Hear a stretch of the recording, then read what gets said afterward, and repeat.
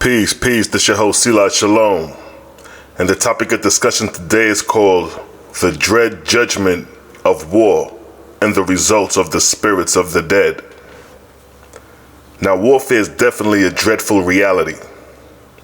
Now, the point of this video is to show and prove that true God does not condone warfare.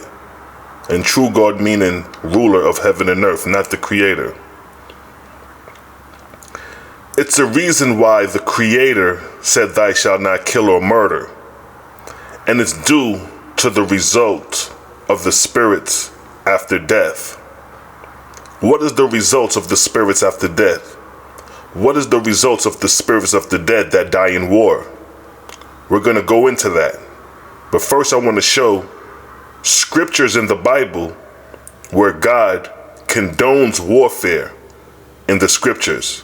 Such as in Deuteronomy 20, verse 1 through 4, it states, "When you go out to war against your enemies and see horses and chariots and an army larger than your own, you shall not be afraid of them. For the Lord your God is with you, who brought you up out of the land of Egypt. And when you draw near to battle, the priest shall come forward and speak to the people and shall say to them, Hear, O Israel, today you are drawing near for battle against your enemies. Let not your heart faint, do not fear or panic or be in dread of them. For the Lord your God is he who goes with you to fight for you against your enemies, to give you the victory."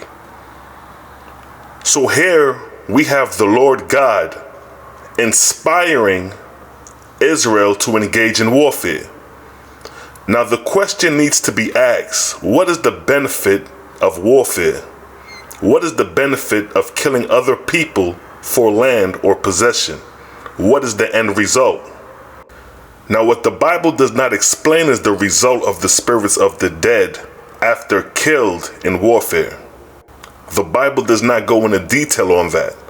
And that is crucial to one's understanding, because having some insight on this subject matter would change your mind to engage in warfare because of the repercussions.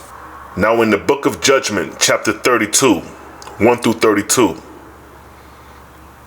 God said, verse 1, God said, "Now behold, O man, I have declared my first and second resurrection unto thee. And in like manner is there a third resurrection, but still higher. And so on are all the heavens of Jehovah, higher and higher, until the inhabitants thereof and therein become very lords and gods." So the ways of the Creator is forever progressing, never stationary, never stagnant.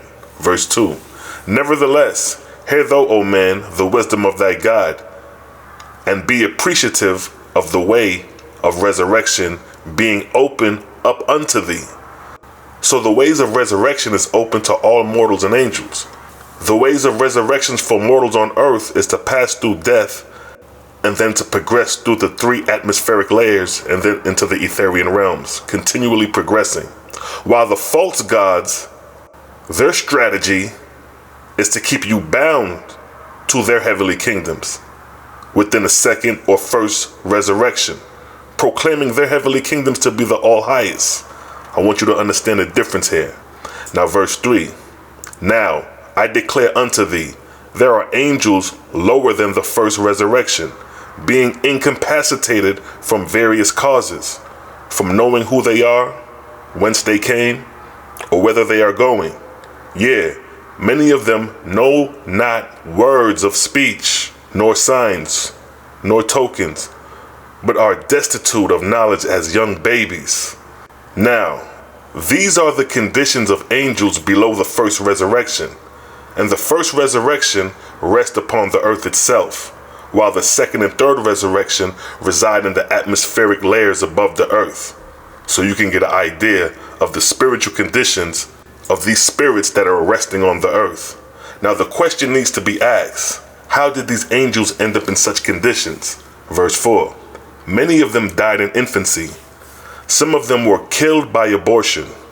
Some of them were idiots. Some of them deranged. So here are some of the reasons why these angels were in such conditions. Verse 5. Many of these live by fetal, and that thou may know what fetal is, behold, Jehovah hath given thee testimony in mortality, whereby when a young child sleepeth with a very old person, that child is devoured of its substance. In such case, the old person is fetaled on the young child. The old person is said to live by fetal. So here it's describing how these angels engraft themselves on mortals as fetals for their survival. Verse 6. Now hear thou, O man, the judgment of thy God.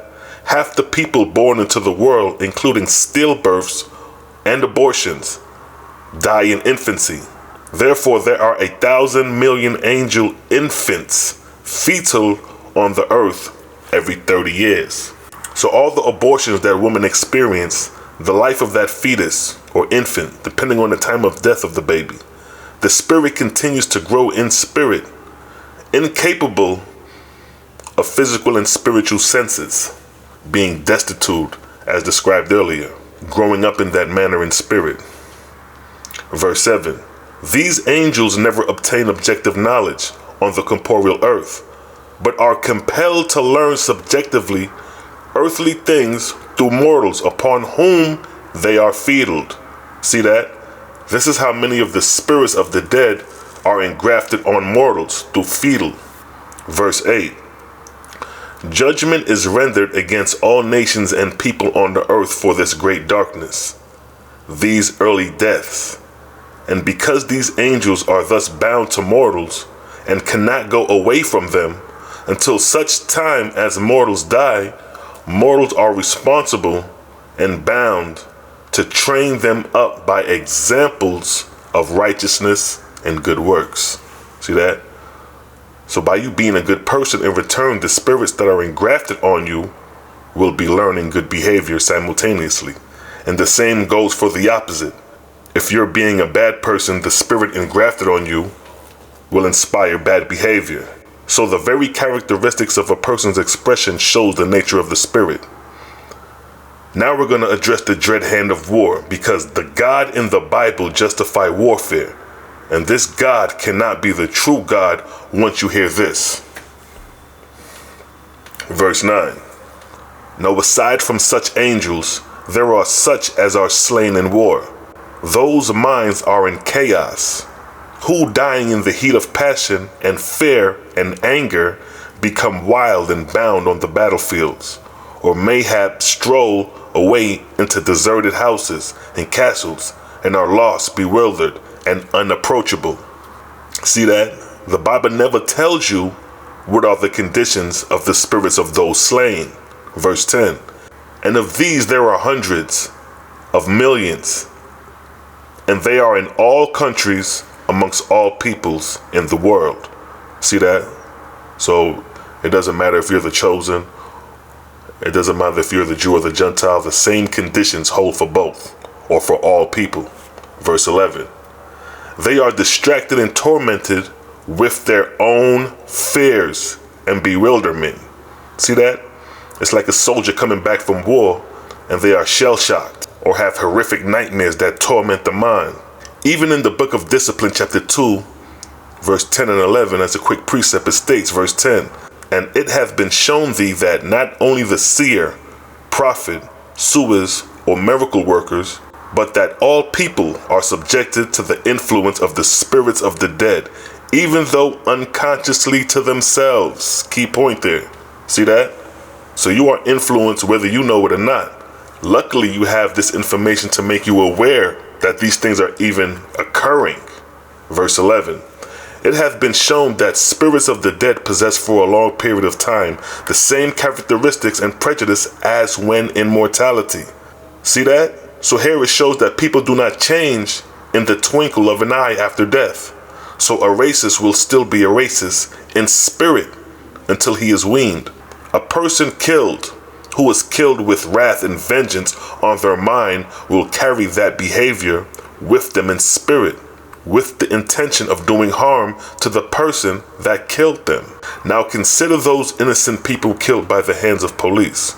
Consider the slaves that were killed, taken away from their families. The vengeance of the spirits of the slaves toward their slave masters. You got to consider all these things. Now consider this. Consider the 1700s and the 1800s. All those people who lived during those days are dead and are in spirit now. And if any person killed a person in those days, they may have felt that they got away with it during the moment. But now consider the duration of time.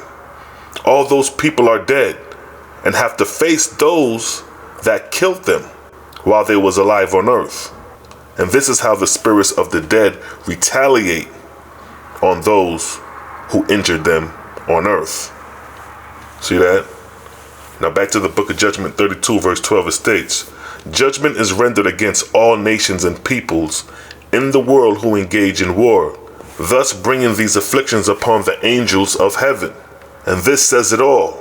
Now here's a key point where it states, thus bringing these afflictions upon the angels of heaven. See that? The Bible didn't tell you that. So every time a person is killed, it brings an affliction upon the angels in heaven. Verse 13, judgment is rendered against every nation and all people in the world who carry on war, who are accessory to war, whereby any man created alive by Jehovah is slain, in defense of any king or other ruler, or in defense of any country or government in all the world. See that? But in the Bible, God condones war. But here Jehovah renders judgment for those who engage in war. So now we're separating the wheat from the chaff, the truth from the lie. Now in the Bible, in Exodus chapter 17 verse 16, it states, saying, a hand upon the throne of the Lord will have war with Amalek from generation to generation. But we just read that Jehovah renders judgment against the very scripture we just read from Exodus. So now you have to reconsider. Now coming back to verse 14 in the book of Judgment 32, verse 14. And whether war be offensive or defensive, my judgment it's against its aiders, abettors, and against the kings and queens, and other rulers who are parties to war, willingly, knowingly, or otherwise. See that? So here again, Jehovah is rendering judgment against warfare completely. But in the Bible, in the book of Numbers chapter 10 verse 9, it states, and when you go to war in your land against the adversaries who oppress you, then you shall sound an alarm with the trumpets, that you may be remembered before the Lord your God, and you shall be saved from your enemies. See, here again, the Lord God is engaging in mortal warfare. And we're already showing you how judgment is rendered against such actions by the Creator Jehovah. Now, back to the book of Judgment, chapter 32, verse 15. And I judge him guilty also, who is general, commander, captain, sergeant, or private, that engageth in war, or take part therein, aiding, abetting, or otherwise, whereby any man created alive by Jehovah is slain or caused to suffer death. So again, we are confirming from Jehovah that any participant on either side is guilty of going against the Creator Jehovah, engaging in warfare. But in the Bible, God is inspiring his people to warfare, as continually shown in the book of Joshua, chapter 8, verse 1 and 2, it states, and the Lord said to Joshua, and who was Joshua at the time? He was the general, he was the captain, leading the siege of Israel. And what did the verse just say prior? I judge him guilty also, who is general, commander, captain. See that? And what is Joshua playing in this role under the Lord? A general, a captain. So understand the difference. Verse 1 and 2. And the Lord said to Joshua, do not fear and do not be dismayed. Take all the fighting men with you and arise. Go up to Ai. See, I have given into your hand the king of Ai and his people, his city, and his land. And ye shall do to Ai and its king as you did to Jericho and its king. Only its spoil and its livestock you shall take as plunder for yourselves. Lay an ambush against the city behind it. See, you have the Lord encouraging Joshua to battle, but we already established that Jehovah is against a king engaging in battle, whether offense or defense. So when the Israelites went to engage in warfare with the Canaanites, both parties engaging are guilty. So there are no winners in war. Only inspired false hopes and dreams from the captains and generals that are leading the war. Same goes with the Egyptian wars, the Akkadian wars, the Babylonian wars. Whether offense or defense, the same rules apply to both parties. And what the Bible won't tell you is that after death, the spirit is faced with the same horrors as he did when engaged in mortal warfare. As a precept, as stated in the Book of Wars, chapter 54, verse 16 through 18, where it states, so anarchy began to reign in Haiti. Haiti means the lower heavens. Order was broken down. Warfare was divided in 1,000 ways. And neither angels nor gods could more discover what this war or what that war was about, except to inflict torment on others. And so great was the conflict that over more than half the earth, all the lowest heavens, was but one continuous succession of knots and hells. And to inflict pain and disorder and destruction was the work of 20,000 million angels in darkness. War, war, war, hell, hell, hell. So here it describes what we are familiar with on earth concerning warfare, but this is in spirit. After death, that this is going on. Something that the Bible didn't tell you. Verse 17. Now, Alice, over all the earth where war had revealed hundreds of years, were thousands of millions of spirits in chaos, not knowing in fact that they were in the spirit world, but still battling against all who came along, to the left and to the right, before and behind, screaming, bawling with madness, striking out in madness, in unceasing agony, and an unending nightmare of madness. See that? So if you keep following the God of war, this would be your reality after death in spirit. And this is much worse because as mortals, you may engage in warfare for several years. But in spiritual warfare, this can last for hundreds of years, even thousands of years. So think about that. So think about those that died in World War I, which only lasted for 4 years. But the spirits can still be lingering on the battlefield, engaging in spiritual warfare that may last 600 years or up to 1,000 years. This is why knowing this information is crucial for your spiritual progression. Because you don't want to end up in chaos after death due to engaging in warfare, especially when a God is inspiring you to war. Verse 18. And from the mighty hosts of darkness, the drudges, spirits of darkness, deep born in darkness, now pestering the people on earth. See that? Now they're influencing mortals. Where hundreds of millions of familiar spirits taken to fetalism, vampire spirits who suck the blood and the flesh of mortals, till the brain and heart are wild and mad, till the mortal is driven to namelessness deeds of horror, desperate with the foul obsession, spirits who bring poison and horrid smells to afflict mortals with, spirits who delight to feed on the flesh of mortals, which is corrupted with scabs and running swords, spirits that teach reincarnation and lust as the highest, most exalted heaven. See that? What I'm showing you is the results after death due to warfare concerning these matters. And notice how it said spirits who bring poison and horrid smells to afflict mortals with.